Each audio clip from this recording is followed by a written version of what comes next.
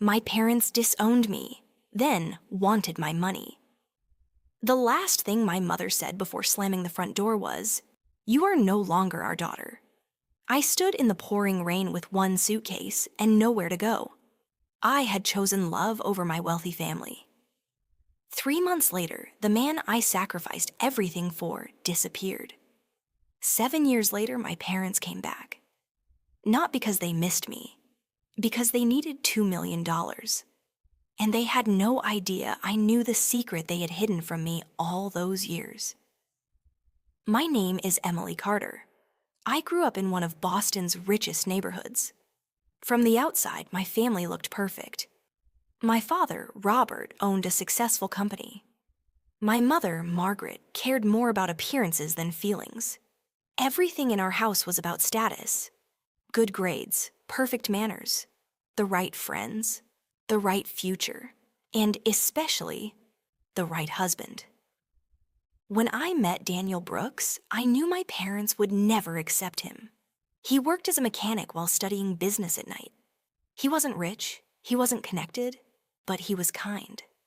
The first time we met, my car broke down during a storm. Daniel fixed it, refused most of my money, and simply smiled. "I hope we meet again."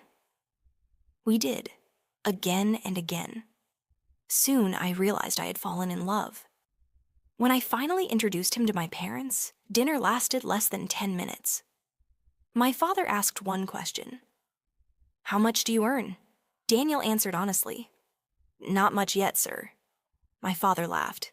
"My daughter isn't marrying a poor mechanic." I stood up. "I'm marrying the man I love."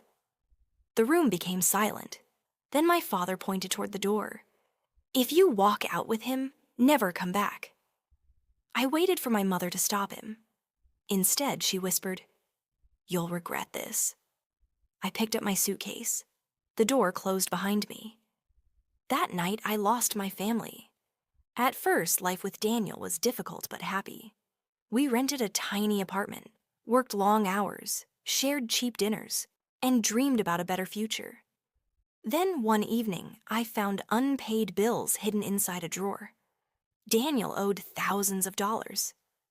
He admitted his mother's illness had forced him into debt. "I didn't want you to worry," he said. I believed him. Together, we worked even harder. But one morning, Daniel was gone. His clothes had disappeared. His phone was disconnected. On the kitchen table lay a single note. "I'm sorry, you deserve better." I collapsed onto the floor. I had lost everything for him. And now I had nothing. For days, I thought about returning home. I even stood across the street from my parents' house. The lights were on. Guests were laughing inside. My parents looked happy, as if I had never existed. I turned around. That was the last time I ever went there. Instead of giving up, I buried myself in work. During the day, I waited tables. At night, I cleaned offices. In my free time, I designed handbags. One local boutique ordered 10. Then another ordered 50. Months later, a famous influencer posted one of my designs. The next morning, my phone exploded with orders. That was the beginning. 5 years later, I owned a successful fashion company. 7 years later, my brand was worth millions. People called me lucky.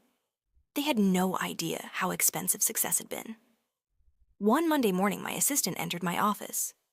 "Emily, your parents are here." My heart stopped. I walked downstairs.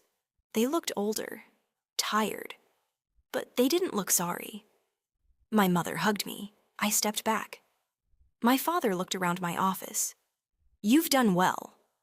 Not, "We're proud," not, "We're sorry," just, "You've done well." Then my mother started crying. "Our business failed. We're losing the house. Your father is sick. We need your help." I asked quietly, "How much?" She lowered her eyes. $2 million. I stared at her. After 7 years. That was why they had come. I asked one question. "If I were still poor, would you be here?" Neither of them answered. That was my answer. I stood up. I'm sorry, you should leave. My father's face turned cold. We raised you. You owe us. For a second, I felt like a frightened 23-year-old again. Then I remembered everything. No, I replied. You abandoned me. Security escorted them outside. The next morning, my phone wouldn't stop ringing. News websites accused me of abandoning my sick parents. Social media attacked me. Thousands of strangers called me selfish. My parents had told everyone I refused to save them. They never mentioned throwing me out. Never mentioned the rain. Never mentioned the words, "You are no longer our daughter." For several days I stayed silent. Then something unexpected happened. An elderly woman named Mrs. Miller contacted me. She had lived across the street from my parents for decades. I saw everything that night, she said. She handed me an old photograph. It showed me standing outside my parents' house with my suitcase in the rain. Then she gave me something even more shocking. A letter. It had Daniel's handwriting. The letter read, "Emily, if you ever read this, know that I didn't leave because I stopped loving you. Your father paid my debts and threatened my family if I stayed with you. I was weak. I'm sorry." I couldn't breathe. My father had paid Daniel to disappear. My mother had hidden the truth. For 7 years, I had blamed the wrong person. I hired an investigator. A week later, he found Daniel living quietly in another city. When he opened the door and saw me, he burst into tears. "I thought your parents took you back," he whispered. "They threw me away." His face turned white. He told me everything. My father had offered him enough money to erase every debt. When Daniel refused, my father threatened to ruin his mother's medical treatment. Daniel gave up. He believed I would be safe with my family. Instead, I lost everyone. I forgave him. But I couldn't return to the past. Some broken things are never meant to be repaired. When I returned home, reporters were waiting outside my office. So were my parents. This time, I didn't stay silent. I held up the photograph, then Daniel's letter, then proof of the payment my father had made. I looked directly into the cameras. My parents didn't lose their daughter. They threw her away. And when they lost everything, they remembered they had one. The crowd became silent. Within hours, the truth spread everywhere. People apologized. The headlines changed. My parents disappeared from television. A week later, my mother came alone. No cameras, no expensive clothes, just tears. "I'm sorry," she whispered, "for everything." It was the first honest apology I had ever heard from her. I believed she meant it. But forgiveness doesn't erase the past. I paid for my father's medical treatment directly. I found them a small apartment. Not because they deserved it, because I refused to become the kind of person they had been. My father never truly apologized.